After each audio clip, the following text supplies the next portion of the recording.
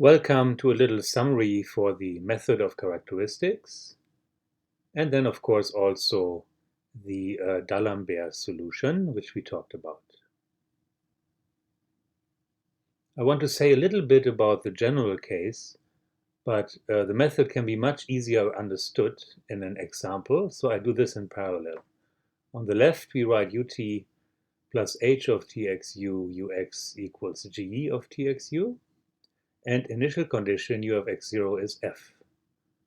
The example is ut plus 1/2 x, ux equals 0, and ux0 equals e to the x. Okay, let's do the general case first, and we do two characteristic equations. The first one is the stuff in front of the ux, so dx by dt is h of txu, and in the example this would be 1/2 x. The second characteristic equation is the stuff, it's a g, so du by dt equal g of txu, and in the example it would just be 0. Okay, so now the problem is we need to solve these equations. And to do this in general, like written here with the h and g, is very difficult. So this is really just better done in the example. So let's do this for the example.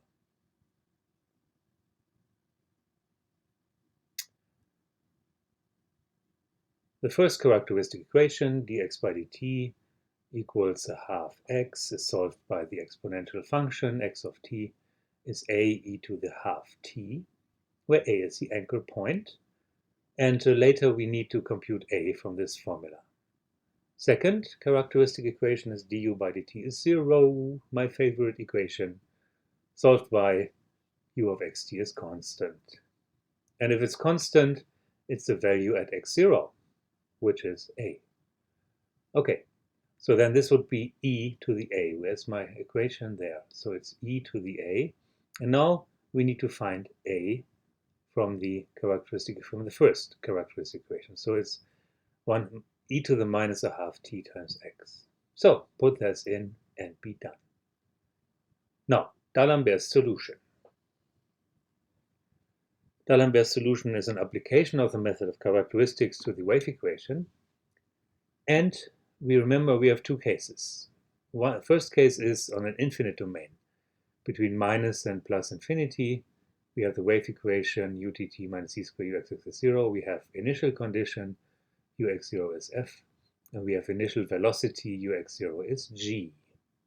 And then we can just write down D'Alembert's solution, which is 1/2 f of x plus ct plus f of x minus ct, and then plus 1/2c integral x minus ct x plus ct g of s ds. And once you know f and g, you can just sub it in and solve these integrals. The other case was on a bounded domain from 0 to L. Then we have the same equation, utt minus c squared uxx is 0. But now we have boundary conditions. U at 0t is 0, u at lt is 0. So these are Dirichlet boundary conditions, and we have the same f as initial condition and g as initial velocity. And then we can just repeat the formula using f odd and g odd in the formulas. So f odd x plus dt plus f odd x minus ct plus 1/2c integral x minus ct x plus ct g of s, g odd of s ds.